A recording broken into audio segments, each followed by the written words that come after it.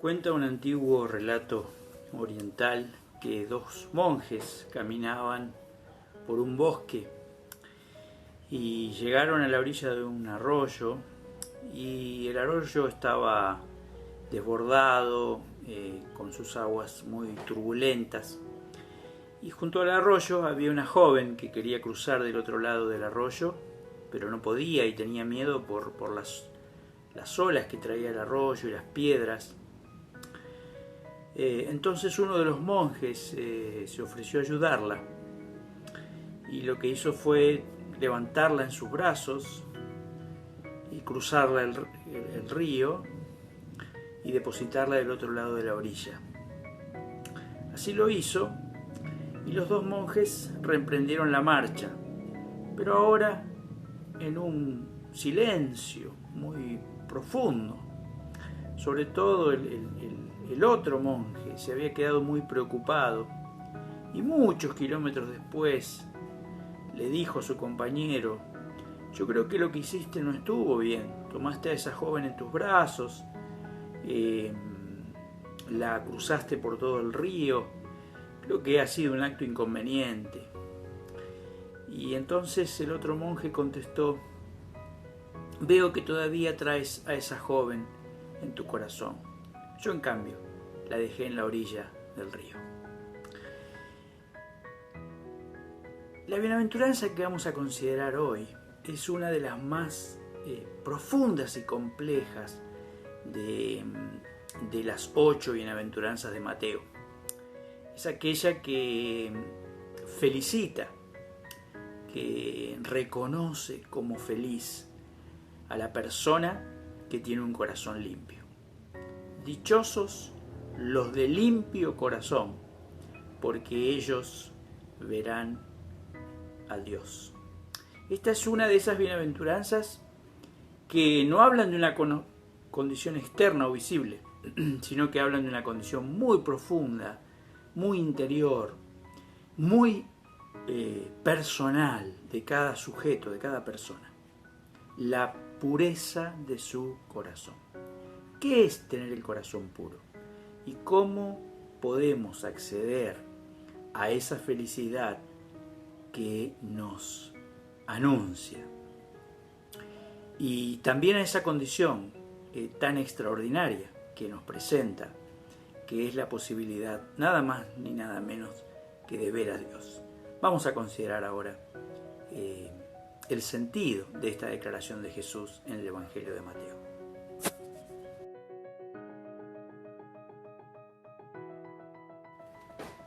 La preocupación por la pureza, sin duda, se inició en el ámbito del culto. De ese lugar donde uno se iba a encontrar con Dios y iba a tratar de rendir un culto digno de ese ser al que se iba a adorar. El Salmo 15 dice en este sentido lo siguiente: Señor, ¿quién puede adorar en tu santuario? ¿Quién puede entrar en tu presencia, en tu monte santo? Los que llevan una vida intachable y hacen lo correcto, los que dicen la verdad con corazón sincero, los que no se prestan al chisme, ni le hacen daño a su vecino, ni hablan mal de sus amigos, los que desprecian a los pecadores descarados y honran a quienes siguen fielmente al Señor y mantienen su palabra aunque salgan perjudicados, los que prestan dinero sin cobrar interés y no aceptan sobornos para mentir acerca de un inocente. Esa gente permanecerá firme para siempre. Notemos que aquí el Salmo se ubica en el contexto del culto. ¿Quién puede subir al monte santo? ¿Quién puede llegar a la presencia de Dios? En ese sentido se conecta directamente con esta bienaventuranza, porque recordemos que Jesús, al felicitar a los de limpio corazón, hace una especie de promesa: estos van a ver a Dios. Es decir, van a poder entrar en el santuario de Dios, van a poder estar en su presencia. Para estar delante de Dios, para ver a Dios, hay que tener el corazón puro. Pero decíamos que esto sin duda se inició en el contexto del culto, y para eso tenemos, para confirmar esta idea, tenemos todo el libro de Levítico.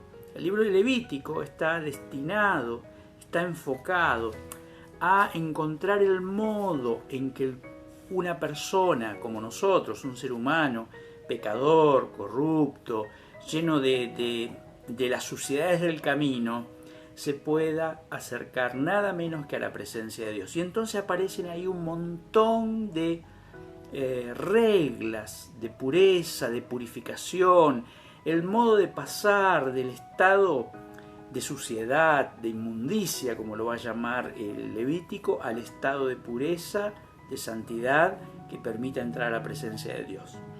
Esta concepción cúltica de la pureza ha traído también sus dificultades. Se la trajo a Israel y luego esa dificultad ha pasado al cristianismo y también a la iglesia. ¿Por qué? Bueno, porque presupone que estar limpio y ser puro tiene que ver con acercarse a una situación particular y específica, a un momento para el cual me preparo y me purifico. A unos lugares apartados para ser sagrados, exclusivos para eso. Antiguamente el templo, luego hemos convertido nuestros salones de reunión en templos, dándole esa connotación de lugar sacro. Y entonces lo que yo hago en la vida cotidiana no lo puedo hacer en ese lugar. Y como yo me manejo y me muevo en la vida cotidiana, no puedo permitirme ir a ese lugar en ese estado. Recuerdo hace muchos años atrás, yendo con mis padres a una famosa iglesia católica de la provincia de Buenos Aires, que mi madre contaba las reglas que había que tener, por ejemplo, las mujeres para entrar a ese lugar. Un determinado largo de pollera, cubiertas. También lo podemos ver, por ejemplo, cuando vemos que alguna mujer de alguna comitiva oficial visita al Santo Padre, al llamado Papa, digamos, ¿no es cierto? Donde vemos que, bueno, tiene que ir de negro, toda cubierta, porque hay lugares o personas que son muy sagradas y personas o lugares que no lo son, digamos, ¿no es cierto? Pero la tradición bíblica, la renovación bíblica, la revelación bíblica, no se quedó ahí, ¿no es cierto? No se quedó en ese lugar. Quizá nosotros nos quedamos ahí. ¿Por qué? Porque de esa mirada de la pureza, de corte ritual, se avanzó hacia una mirada ética y hacia una mirada de compromiso con el aquí y ahora y con todo el tiempo. No había que, en esta nueva concepción, esta concepción más profunda, no había solamente que cuidarse para ir a cumplir los ritos sagrados, sino que había que desarrollar una pureza permanente, una manera de ser y de vivir que se reflejara luego, en todo caso, en el lugar y en el momento de compartir el culto. Esta nueva concepción, que se basaba en aquella, proponía, y Jesús claramente fue una expresión de ella, que todo es sagrado, que Dios está en todas partes y que entonces necesito ser tan puro cuando entro al templo o a un edificio religioso como cuando entro a un baño o ando en la vía pública o preparo la comida o lavo los platos o cambio los pañales. Es decir, Dios está en todas partes y la pureza es algo que me demanda en todo lugar. Y también algo que va a decir este salmo, porque es interesante, el Salmo 15 inicia con la imagen del santuario, con la imagen tradicional de la santidad pensada en el santuario, pero luego se expande, se da cuenta el salmista, que las obligaciones de la pureza ahora se han ampliado. Y entonces tengo que ser honesto y tengo que devolver lo que pido y no tengo que hablar mal de los demás y no tengo que ser chismoso y no tengo que tener doblez de corazón, no tengo que ser falluto, etcétera, etcétera, etcétera, etcétera. ¿Y eso cuándo pasa? Y bueno, todo el tiempo. Y entonces acá aparece una concepción nueva, que es de la cual nos habla Jesús en esta bienaventuranza. Bienaventurados los de corazón puro, porque ellos verán a Dios.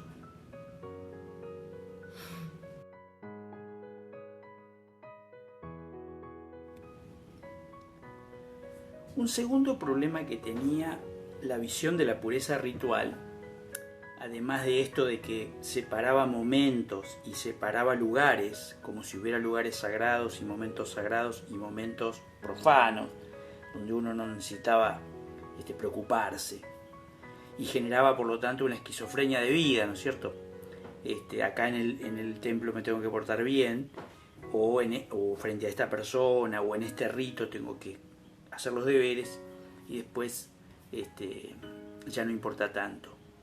El otro problema que generaba esa mirada de pureza era que la contaminación se veía como algo que venía de afuera hacia adentro. Si el problema es lo que está fuera de mí. Eso también queda reflejado en la mirada que tiene el Levítico sobre cómo nos contaminamos. Si toqué un muerto, si tuve flujos corporales, que aún del proceso natural del cuerpo del hombre y de la mujer, si estuve con un enfermo, si toqué una pared que estaba con moho.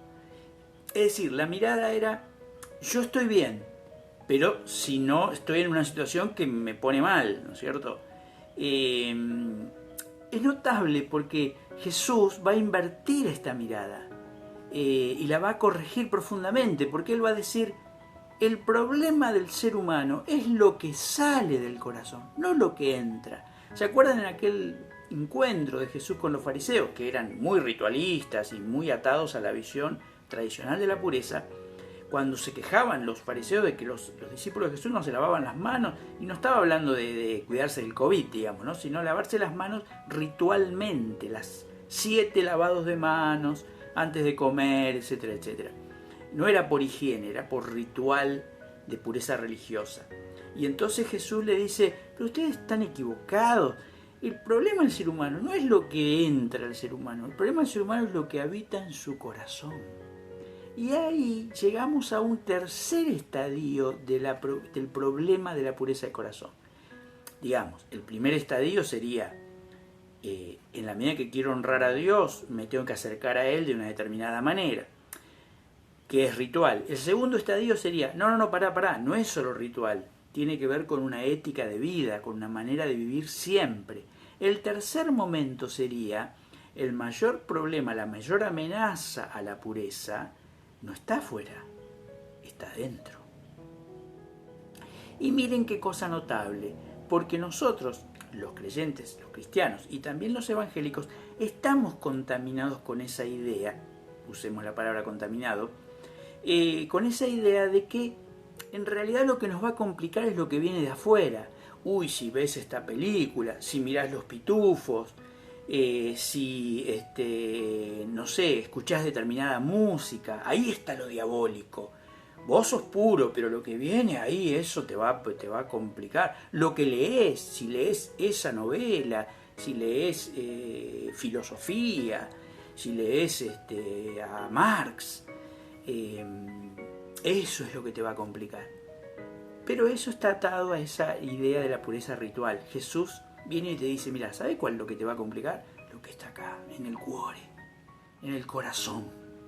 Del corazón, dice Jesús, del corazón del hombre nacen los homicidios. El odio, el rencor, los malos pensamientos. Es decir, todo lo que nos complica para tener un corazón puro y unificado delante de Dios.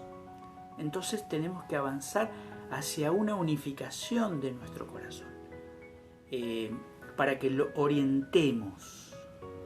Jesús dice en un momento, hablando del corazón, y Jesús habla mucho del corazón, Él dice, corazón pensado, no lo dijimos hasta acá, pero creo que todos nos entendemos, pensado como el centro de la personalidad humana, allí donde están nuestras pulsiones, nuestras emociones, nuestros deseos, nuestros amores, lo que nos hace saltar de la cama a la mañana, lo que nos motiva en la vida. Y Jesús dice, donde esté tu tesoro, ahí estará tu corazón. Es decir, aquellas cosas a las que vos le dediques tiempo, pasión, ganas, va a ir orientando tu corazón. Y tu corazón se va a ir alineando al corazón de Dios. Ese corazón que está tironeado por tantas cosas. Esta semana justamente leía una frase del psicólogo, padre de la psicología, Erich Fromm. Él decía, todos pensamos que saber lo que queremos es lo más fácil del mundo. Y él dice, es el problema más profundo de la condición humana. ¿Qué es lo que yo realmente quiero? ¿Qué es lo que realmente deseo? ¿Qué es lo que realmente amo? Porque atrás de eso va a ir mi corazón. Y si amo lo que Dios ama y aborrezco lo que Dios aborrece, mi corazón va a ser un corazón puro para Dios. Si estoy atrapado por infinidad de deseos contradictorios, si dejo filtrar esas inclinaciones equivocadas y empiezo a dejarme tironear por esa madeja de deseos que habita mi corazón, es probable que empiece a tomar decisiones equivocadas y que el salmista me tenga que recordar que van a llegar al santuario aquellos que viven de determinada manera, ¿no? que tienen ese corazón dirigido, reorientado hacia el deseo de Dios, ¿no? Hacia los deseos de Dios, hacia los goces de Dios, hacia las alegrías de Dios, hacia las maneras de pensar, de sentir y de vivir de Dios. Finalmente la bienaventuranza termina con una promesa. Bienaventurados, dichosos, felices los de limpio corazón, porque ellos verán a Dios. ¿Qué quiere decir acá Jesús cuando dice, bueno, estos, los de puro corazón, los de un corazón purificado, limpio, ellos van a ver a Dios? La palabra griega acá para limpio es kataroi, que quiere decir algo sin mancha, sin mácula, sin contaminación. ¿Pero qué quiere decir Jesús? Entonces ahora estos, los de corazón limpio, van a ver a Dios. Uno podría decir, bueno, sonamos, no vamos a llegar al santuario, no vamos a llegar al Monte Santo, estamos excluidos, porque todos reconocemos que nuestro corazón es un corazón que muchas veces marcha dividido, marcha buscando dos cosas a la vez. El filósofo y teólogo danés Søren Kierkegaard dijo, ser santo es querer una sola cosa. Y yo sé que vos y yo todavía no hemos llegado a ese estadio, ¿no es cierto? Queremos muchas cosas que muchas veces son contradictorias. Y entonces, ¿de qué habla Jesús acá? ¿De salvación? Y entonces, bueno, la salvación no es por gracia, porque solo si alcancé cierto nivel de pureza es que puedo ir al santuario y al cielo. Jesús no está diciendo eso, ¿no? No está cambiando las fichas ahora, diciendo, no, era por fe, pero ahora es por niveles de pureza. Lo que Jesús está diciendo acá es algo mucho más interesante y desafiante. Solo los puros de corazón pueden ver a Dios todos los días. Solo el que tiene el corazón de Dios puede ver a Dios. ¿Viste que solo los que conocen a una persona entienden sus palabras y sus actos? ¿No te pasó habitualmente que aparece una persona y hace algo que a vos te resulta medio raro? Y vos decís, ¿qué le pasa a este loco? O a esta loca. No entiendo. Y alguien que lo conoce mucho me dice, te puede llegar a decir, no te confundas. Lo que él está diciendo o está intentando es esto. Y cambia totalmente el sentido de esa acción o de esa palabra. Con Dios pasa lo mismo. El problema de tener el corazón impuro, manchado, corrupto, dividido, es que nos cuesta ver a Dios en la vida cotidiana. Porque vemos al revés que Dios. Porque tenemos la realidad invertida. Y entonces no vemos con Dios. Y entonces no vemos a Dios. Tenemos una hermosa canción en donde le pedimos a Dios que podamos ver como Él ve. y sentir como Él siente, y pensar como Él piensa. Y eso es muy difícil para nosotros. Dios, por medio del profeta Isaías, dice, miren, mis pensamientos no tienen nada que ver con sus pensamientos. La manera en que yo pienso, con la manera en que ustedes piensan, no tiene nada que ver. Y les voy a explicar lo lejos que está mi pensamiento del pensamiento de ustedes. Como están separados el cielo y la tierra, así están separados mis pensamientos de los pensamientos de ustedes. Yo hace tiempo que me hago esta composición mental. Cuando yo pienso una cosa, es muy probable que Dios esté pensando exactamente lo contrario.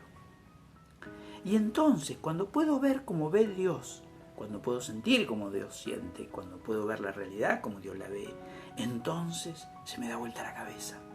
Eso la Biblia le llama conversión, le llama metanoia, le llama girar, dar la vuelta, 180 grados.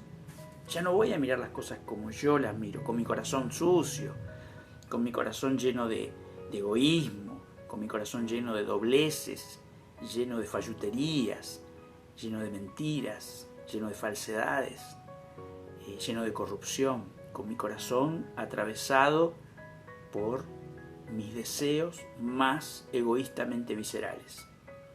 Pero tengo que dejar que Dios cambie ese corazón y que me permita sentir como Él siente, pensar como Él piensa, mirar la realidad como Él la ve. Entonces voy a ver a Dios todos los días. Voy a ver a Dios todos los días, en todas las situaciones. Ahí está atrás, escondido Dios. Me está llamando. Recuerden aquella parábola, ¿no es cierto?, donde Jesús dice que en el preso, en el enfermo, en el encarcelado, en el hambriento, en el sediento, ahí estaba escondido. Pero estos no lo vieron. Los otros sí lo vieron, ¿no? Había un grupo que había visto a Dios ahí.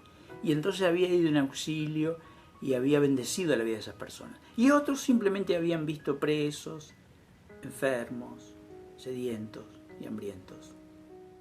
Y no lo habían visto a Dios.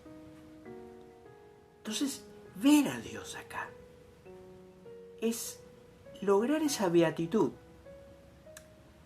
esa bendición, esa recompensa, ese premio, ese plus, de salir a la calle y en vez de ver toda esa porquería que mi mente y mi corazón me hace ver y pensar, entonces lo veo a Dios.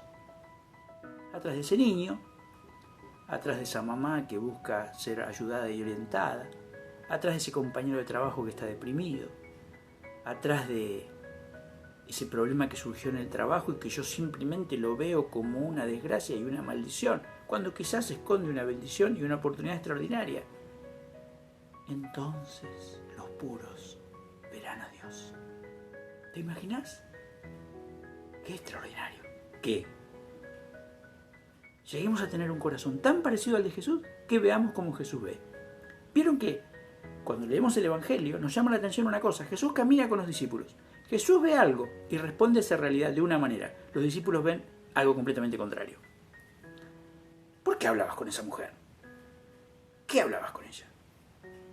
Y Jesús le está cambiando la vida. Bienaventurados, dichosos, los de limpio corazón, porque ellos verán a Dios. Que ese sea nuestro anhelo, en primer lugar, nuestro deseo, y que luego sea nuestra experiencia. Dios nos bendiga.